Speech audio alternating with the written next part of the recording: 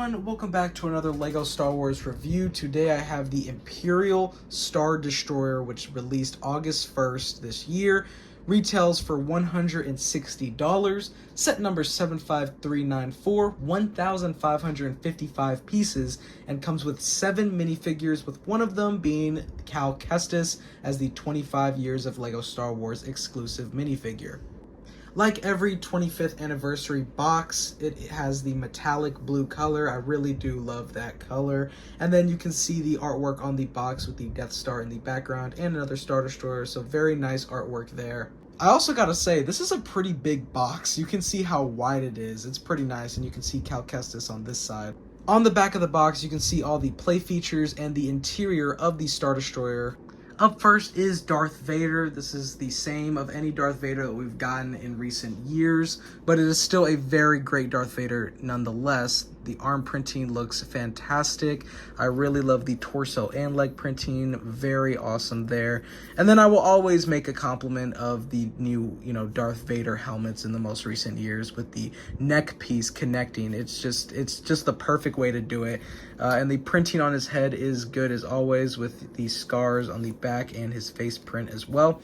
And then he does have a back cape. And then you can see the back printing there of just the rest of his armor or slash robes. And he does have his red lightsaber as well. So, even though it's not different than any other Darth Vader minifigure, it's still a very good one.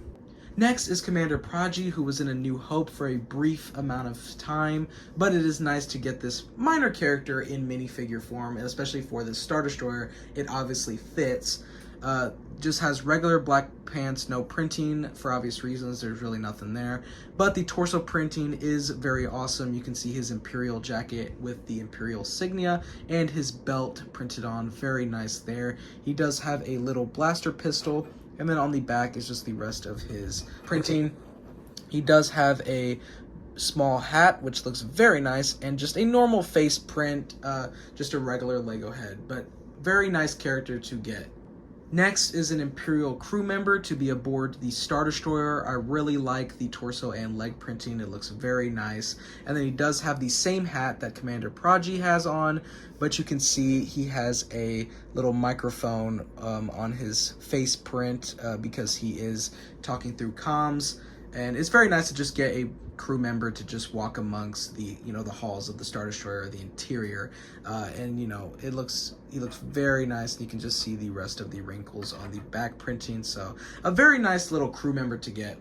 Next is the Imperial Gunner, which looks very awesome. I really love the helmet mold. Definitely the highlight of this minifigure, with the printed Imperial logo and then some coloring for some buttons on the right side of his, or left side of his helmet. Looks very nice. Definitely a very nice helmet mold. I really like the Star Destroyer sets, or really the big Imperial sets that come with a bunch of various members of the Imperial of the Empire, like crew members, officers, gunners, Navy troopers, Stormtroopers. There's so many different types of members in the Empire, so it's nice to get some different ones in the Star Destroyer. I really do love the printing as well. It looks very nice, like every other minifigure. And then on the back is just some more printing. And then there is a face print, just one side. Looks very nice as well. Then we have an Imperial Navy Trooper, which, like the Gunner, the helmet mold looks very awesome as well, and the face print has these straps that are connected to the helmet. Looks very nice. No leg printing, as he's just wearing black pants, but the torso printing looks very nice. Has the same belt buckle as Commander Praji, so still very good there. And then on the back is just the rest of his attire printing, but still very nice to get this Navy Trooper. And this set does come with one Stormtrooper. Maybe I would have liked 2, but it's still nice to get a Stormtrooper. You gotta come with a Stormtrooper, right? But this is just the same Stormtrooper that we've gotten. Very nice leg and torso printing. Of course, they do have the newer Stormtrooper helmets, which is a bit, there's a lot of takes on the helmets, some bad, some positive. I personally don't necessarily have the biggest problem with it, but I do think it is just a bit too bulky and big. But the printing looks nice as always. And then there is just one face print, a female Stormtrooper, so very nice there. But yeah, it's nice to get a Stormtrooper. I would have liked 2 though.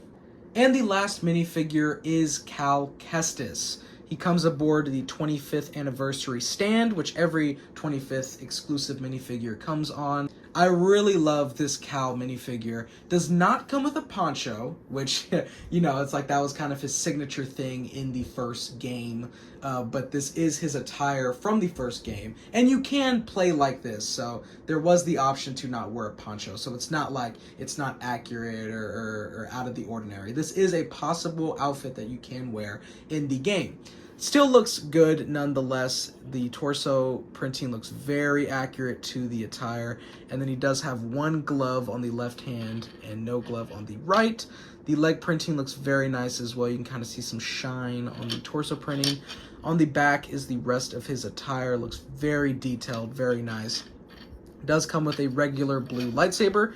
The face print looks very good as well, and he does have a red hairpiece. He does have two faces, one angry and one just smiling. And you can see these scars on his face too, very accurate. And a very nice hairpiece for him too. But yeah, this is a very awesome opportunity to get Cal Kestis in Lego form. It looks very awesome. Here is the Star Destroyer. My immediate thoughts was, wow, does this thing look good? Very detailed. I love all the techniques used up here and the way it looks. Very menacing. And Lego definitely did a very nice job with the exterior of this Star Destroyer. Now, one of the more biggest complaints that people have had is this Star Destroyer to the previous one is a bit smaller. The previous Lego Star Destroyer maybe went out to about right here. It definitely was bigger, and this set definitely is smaller with a more hefty price tag, but it also has more pieces than the previous Star Destroyer, you know, for those details and stuff.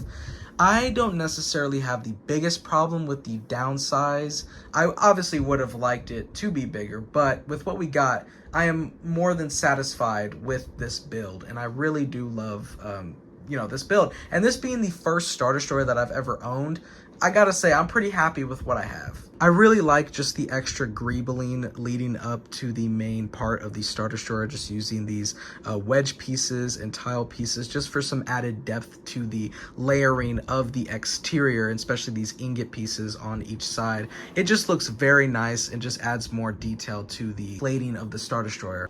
Going closer to the main part of the Star Destroyer and closer to the bridge is where you have your main play features on the exterior.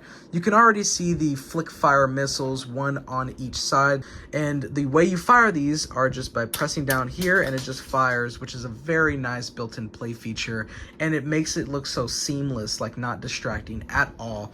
And then the other main play feature on this exterior, and it's on both sides, are of course the turrets on each side of the Star Destroyer. There are 4, so a total of 8.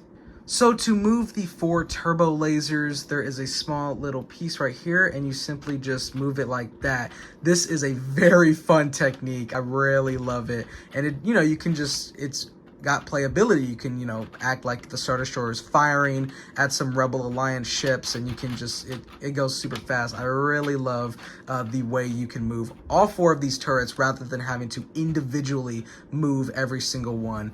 And then also the turbo lasers are also built very nicely. I do like the little techniques. You kind of use this claw piece, 2 of them on each, and they're all just the same. So it looks very nice and consistent, but I do definitely like the way this is built. And you can move, you know, each one individually if you'd like, but this is definitely the best way to do it. I also really love the way this midsection was built. There are numerous clear studs going throughout, which what I think mimics the floors of the Star Destroyer. They did the same thing with the Venator with some light clear blue pieces to act as floors, so I really do like that. That's kind of what I've taken from that.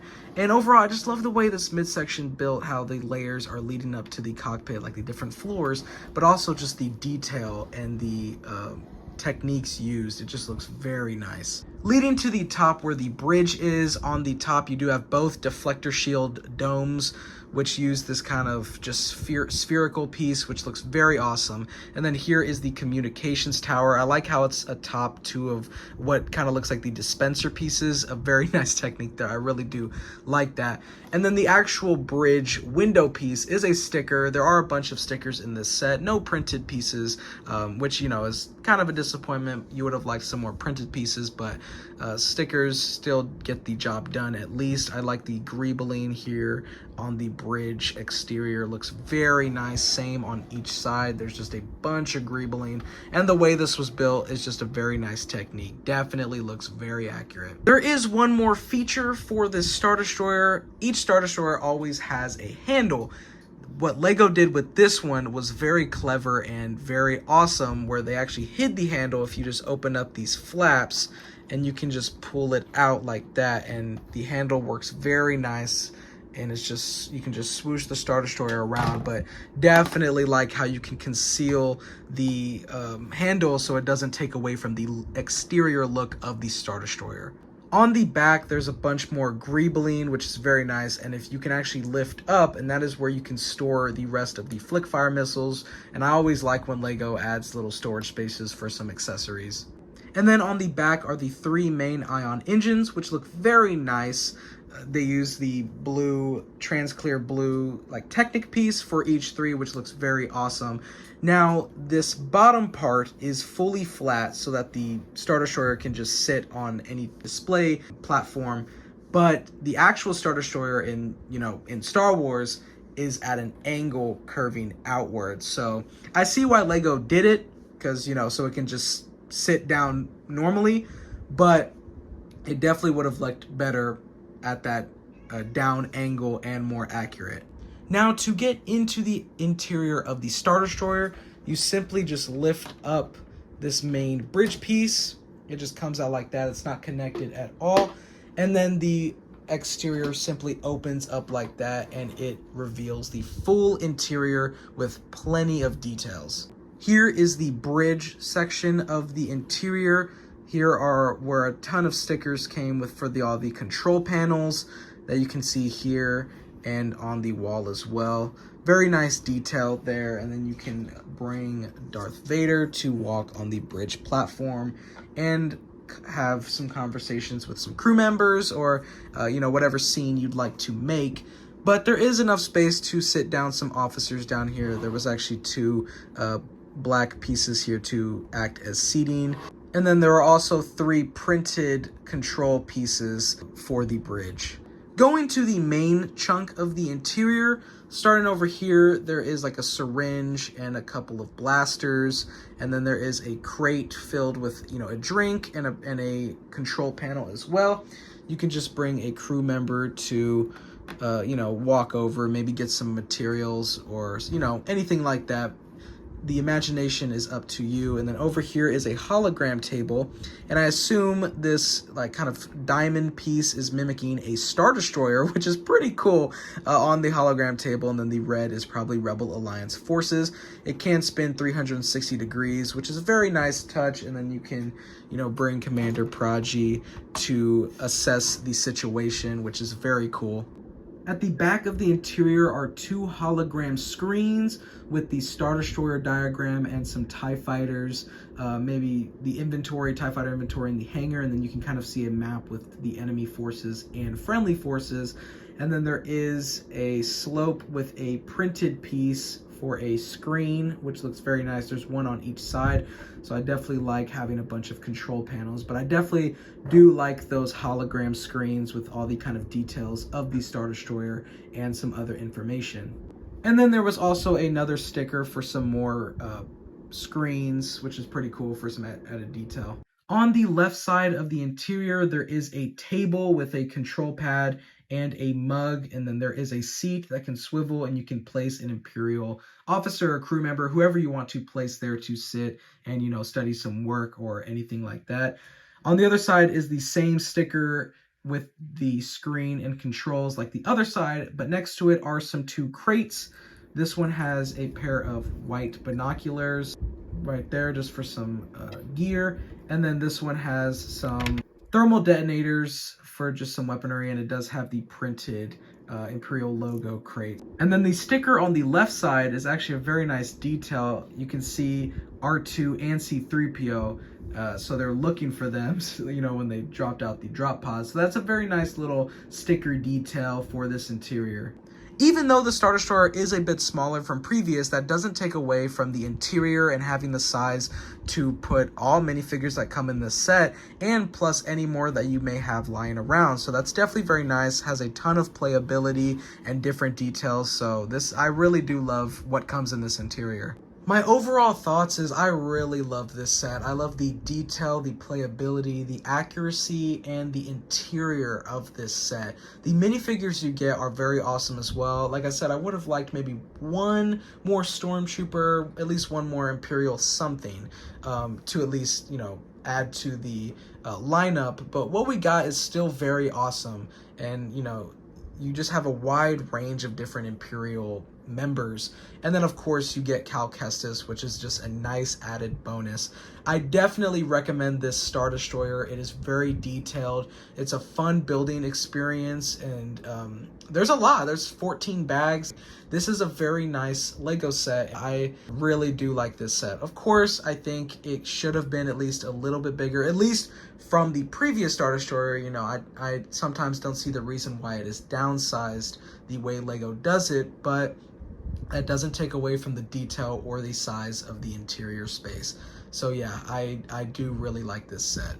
If you enjoyed the review, definitely lightsaber slash that like button and hit the subscribe button so do not miss any more Lego Star Wars content. I hope you all have a wonderful rest of your day. Thank you so much for watching, and until next time, peace.